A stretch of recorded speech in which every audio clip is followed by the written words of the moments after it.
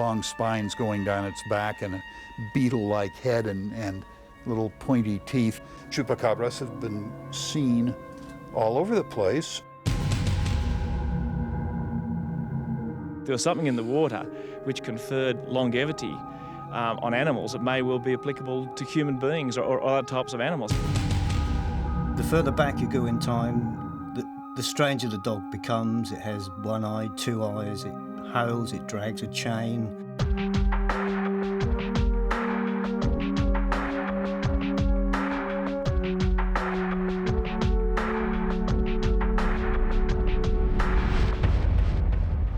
Have some Australian cattle found a magical elixir of life? And just what are the phantom black dogs of Britain? Animal X uncovers the weird world of animal mystery. First, we head to Mexico to investigate a strange creature known as the goatsucker. They say it stalks the countryside, preying on defenseless animals. It only strikes at night and has an insatiable thirst for blood. It'll stop at nothing, even attacking humans to satisfy its needs. I know what I saw, and this is what it was, a creature. 3 fingers. The first finger here was much larger than the rest of the fingers. Long spines going down its back and a beetle-like head and little pointy teeth. This is the only photograph of what Spanish Americans have christened the Chupacabras, or goatsucker. Animal X went to Tucson, Arizona to find out what struck fear into the heart of the Spanish community. Since the first reported encounter in Puerto Rico 3 years ago, sightings have increased dramatically, with some as far-flung as New York and even Moscow. Few have followed the Chupacabra's trail as closely as independent investigator Ted Loman. The growing weight of evidence has turned the riddle of the goatsucker into a personal obsession. I've gone back into a number of reference books to see if there was something like this that I could refer to back in history. Could this spend years, possibly tens of years, or maybe even hundreds of years hibernating until something that we don't know awakens it, and then it finds itself trying to survive on a place that has really no recollection or no idea how to do that. Whatever its origins, Chupacabras has become a byword for terror south of the border, where attacks are on the increase. This Mexican woman claims she was attacked by a Chupacabras after it went on a livestock-killing rampage. He grabbed me right here. He wouldn't let me go. I fought with him, but he wouldn't let me move my head. The twin puncture marks first seen on animals said to be killed by the goatsucker were found on this man after he says he was jumped by a Chupacabras along a darkened country road. In Puerto Rico, this kind of media coverage has aroused such fear among the general public that many are afraid to leave their homes at night. One local mayor has even organized a Chupacabras hunt. One of the most recent sightings was at this suburban Tucson home. A man claims the creature entered the house early one morning, passed through the kitchen, and sat on the bed of one of his young sons. He's convinced what his son saw was a Chupacabras. And he described it that it had big red eyes and the ears and the beak, and it was the same thing that I had seen. Then I realized that we had it inside the house. Tucson Police Department. A police investigation into the incident found the son's description entirely consistent with previous sightings. Any other distinguishing features? Large red eyes. I mean, we took the report as a true and real life sighting of some kind or activity and made a suspicious activity report on it. It said it was about 3 feet tall. It had long arms, no legs, had a beak, and bright red nose. And when they said that when the creature came into the house, it smelled kind of like a wet dog. Jim Griffith is a folklore expert at the University of Arizona. He's been following the growing Chupacabras cult in the US and abroad since the first reported encounters. He agrees there's no logical explanation for the goatsucker phenomenon. Chupacabras have been seen all over the place, and there are a lot of people who absolutely believe that there are Chupacabrases. I think one school of thought feels that they're diabolic. Another school of thought feels that that they're mysterious animals. For Joe Urea, the spectre of the Chupacabra still haunts him more than 30 years after the day he came face to face with his worst nightmare. At play in the backyard of his Tucson home, Joe realized he was not alone.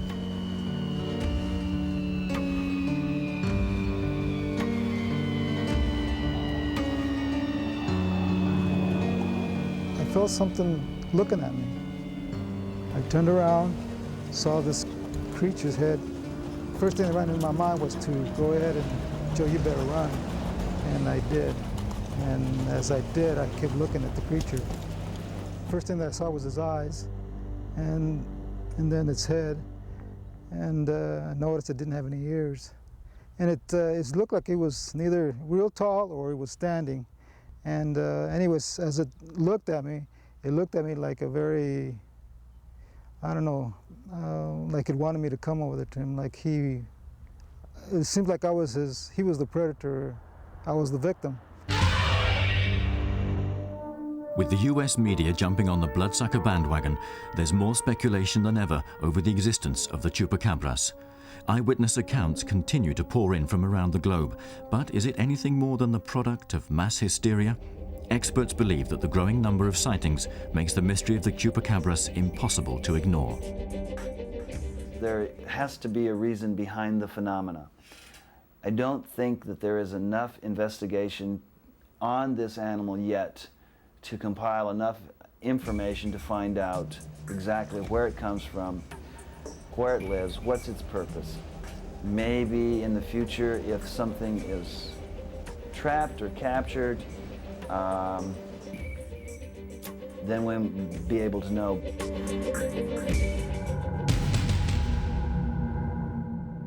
While the debate continues over the Chupacabras, in Australia, scientists and farmers are searching for answers to another puzzling mystery involving cattle.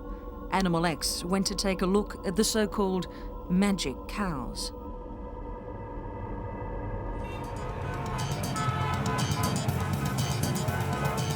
Imagine if we could all live to the ripe old age of 150. Bear children into our 60s and 70s, have twins, triplets, even quads.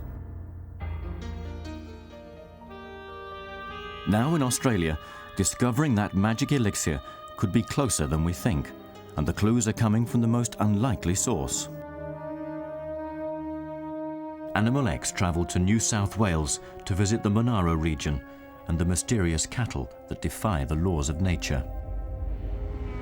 They look like everyday cows. Most cows are gone by the time they're 9 or 10 years old. But Aussie farmer Wendy Haynes' daisies are definitely different. The oldest cow here at the moment's 22 years old.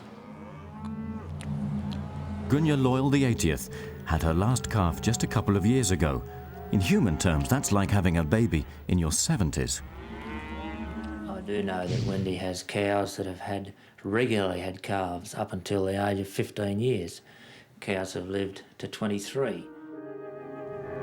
And that's like us, living to about 150. There can be little doubt there's a strange secret lurking beneath this cattle country here in the shadow of Australia's snowy mountains.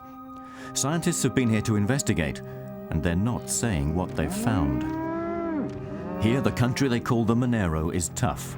When the winds are blowing, temperatures plummet well below freezing. Julie Johnson, Wendy's neighbour, runs an Angus stud. It's the same mysterious story here. Many of these animals are living more than twice their normal lifespan, still producing offspring at 18 or 19 years of age. What's more, there's an extraordinarily high number of multiple births. When you get to having as many twins as we've had in cattle, that really is an unusual thing. Solving the mystery could be significant for all of us. The biochemistry of old age in cattle is much the same as in humans. Finding out what keeps these cattle alive could give us all a longer lease of life. In the nation's capital, Canberra, in a small anonymous building belonging to the Department of Health, months were spent testing and probing samples. Usually after samples are taken, scientific theories are made public, but in this case, the mystery only deepens. The scientists won't talk.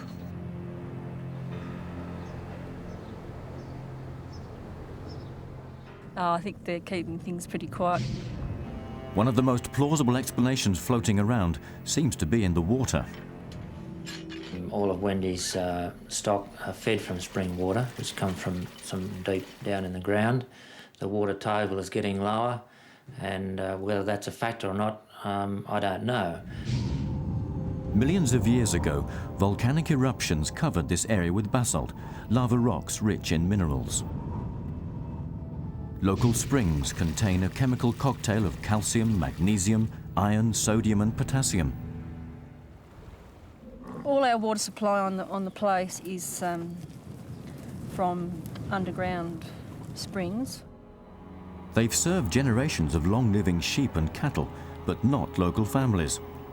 They've tried to run it into their homesteads, but the water is so loaded with minerals, it destroys the pumps and the pipes. If the water is the key, the scientists aren't letting on. There was something in the water which conferred longevity on animals that may well be applicable to human beings or other types of animals. But if the cows have discovered a magical elixir of life, they're not alone. Wendy and Julie also run sheep on their Monaro properties. It seems that they too are also living long and fertile lives, and some of these ewes are 17 years old. When and if the scientists release their results, we may finally discover the magic of the Monaro and maybe, just maybe, the elusive secret to a long and healthy life.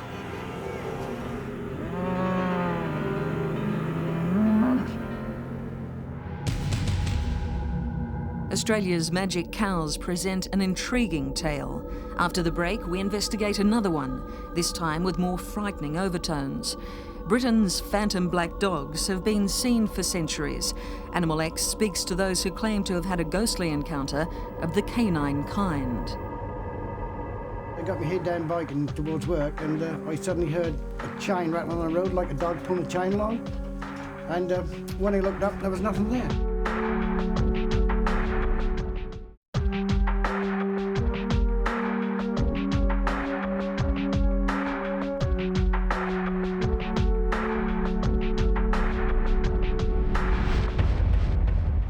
Welcome back to Animal X.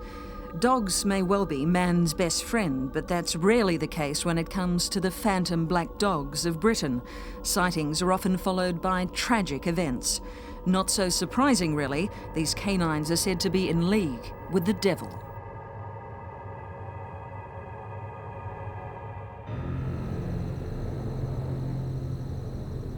For some, they're protective creatures. For others, an omen of death. They've even been described as a manifestation of the devil. Whatever their purpose, the phantom black dogs of Britain have appeared in many shapes and forms.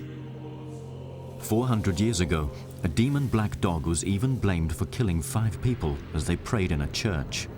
Not surprisingly, these phantom beasts have left an indelible impression on anyone who sighted them. The further back you go in time, the stranger the dog becomes. It has one eye, 2 eyes, it howls, it drags a chain. It takes many guises. The red fiery eyes were the things that stuck in her memory more than anything. I think it was a ghost, which a lot of people have seen round here. I think that my sister and I saw it that night. Animal X travelled to East Anglia in Britain, where the legend of the black dog, or Old Shuck, has its strongest roots and where it's still seen today. We met up with this man, Ivan Bunn, a folklore expert who's collected more than 100 reported sightings of the ghostly canines. One of his most fascinating cases involves a coast guard at a beach in Norfolk. Graham Grant was on duty at dawn 25 years ago when he noticed a huge black dog with a shaggy coat walking along the sand. He said it appeared to be searching for something, not like an ordinary dog, but as though it had a higher purpose. Its paranormal origin was confirmed when it disappeared into thin air. He's convinced that it vanished. He says if it had run off into the sea or up onto the sand dunes, then he would have seen it go, and he didn't. And as a trained observer, you know, I suppose we have to accept the story that he told. At the time, Graham Grant didn't consider the dog to be evil, but later another Coast Guard told him that what he'd seen was a legendary phantom black dog, considered to be a harbinger of doom. Old Shuck soon lived up to its reputation. According to a report from Mr. Grant, shortly after the sighting, his colleague died suddenly at work. Then, just weeks after he told the ghostly tale to his father, he also died unexpectedly of a heart attack. There's a very old tradition that should you see what you think is a phantom black dog, then you should never tell anybody for a year and a day. If you do tell anybody, then that's when the evil befalls you. 40 years earlier, Brenda Bartram had a ghostly encounter at nearby Barnby. She was walking to the post office with her sister at night when she suddenly saw a dog in the moonlight. Assuming it was her neighbour's pet, she tried to get hold of it. When I first saw it, it was just like a retriever dog, you know, black retriever dog. And when I went to get hold of it, to take it home because the boy was deaf, that just went small. I couldn't touch it. That when I went down to get it like that just went like a cat. And I stepped back, I was frightened. More than 60 years on, Mrs. Bartram still won't venture out alone at night. She fears the phantom dog could be out there, somewhere. It was around the same time that Old Shuck was spotted by another witness a few kilometres away in Beccles. Christine Turrell's mother, Emma, was convinced she saw the phantom canine in her back garden. It appeared out of nowhere and jumped up to look through a window. The dog turned round and brushed past her, and she noticed its big, red, fiery eyes. And that ran off down the yard, and Dad came out with the torch and put the torch all round the garden. But there was no dog, and it couldn't possibly have got in or out because there was a 6-foot wall round the garden then. Right up until she died, Emma Riches stood by her story that she'd disturbed a devil dog that fateful night in 1938. Other people in the area say they've only heard Old Shuck. One man who contacted Ivan Bunn claimed he was followed by a phantom dog. This dog, which he never saw, apparently got closer and closer to him. He could hear it breathing, he could hear its footsteps coming through the reeds and the grass. He could hear it panting, and the faster he walked to get away from it, it continued to follow him right across the marshes, and he was extremely frightened by the experience. A few weeks later, the man reported that his son had died tragically. Had the presence of Old Shuck been an omen, a foreteller of disaster? Most paranormal experts agree that black dogs are more substantial than ghosts, as they often leave physical traces behind, such as paw prints. In 1577, a devil dog reportedly bounded into a church in Blythburgh. As the congregation knelt in prayer, it swept through the pews, apparently killing 2 men and a boy. Another person was said to have suffered burns in the attack. Today, scorch marks are still visible. They are offered as tangible proof that the devil in the shape of a great big black dog visited this church in 1577, did the things that he did, and fled through this door and damaged it on the way out. Even the church has given some weight to the story.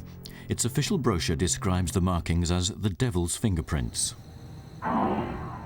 Legend has it that another church in the nearby town of Bungay was also visited by a devil black dog. The frightening event is said to have happened on the same day, during a violent thunderstorm. One written account published shortly afterwards describes how a black dog or a devil in such likeness appeared before the terrified congregation. Panic broke out as the beast attacked two worshippers who dropped to their knees, praying for mercy. While church records make no mention of the phantom dog, they do confirm 2 deaths, but in the belfry. It's claimed the pair were struck by lightning as they rang the giant bells to frighten away evil spirits, thought to have caused the shocking storm.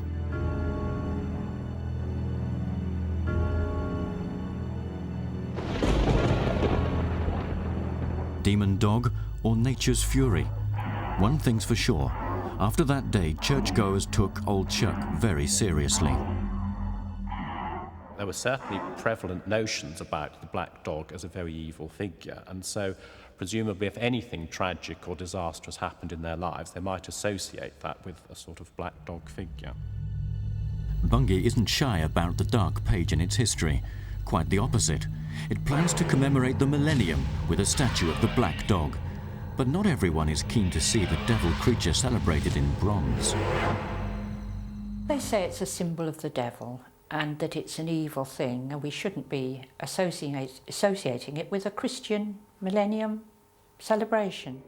While the debate rages on, there's no sign of it affecting the number of witnesses coming forward. I was going to work one cold and windy morning, and I got my head down biking towards work, and I suddenly heard a chain rattling on the road like a dog pulling a chain along.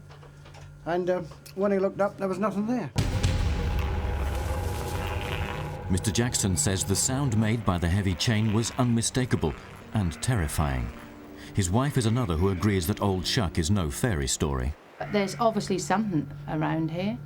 I mean, that's not just coincidence that different people have seen things, as far as I'm concerned. So yes, I do believe in the old shuck, whatever you like to call it.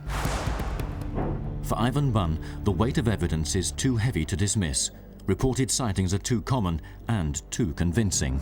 The people that have contacted me, the people that have talked to me, the people that I've talked to, are 100% certain that what happened to them was beyond an explanation, an ordinary explanation, that they are convinced that this ghost, this apparition, this devil dog, this shuck, whatever you want to call it, was extraordinary for some reason or the other. And I firmly believe that their story shouldn't be taken lightly. No one can really explain the appearance of Old Chuck, but many are convinced that the lonely parts of East Anglia are home to a phantom creature that looks like a huge dog, but has paranormal powers.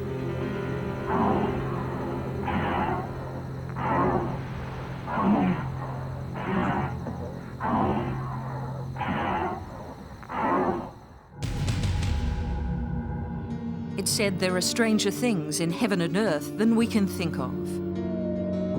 There has to be a reason behind the phenomena. There's something there, but we just don't know what it is. You've just seen some of them on Animal X.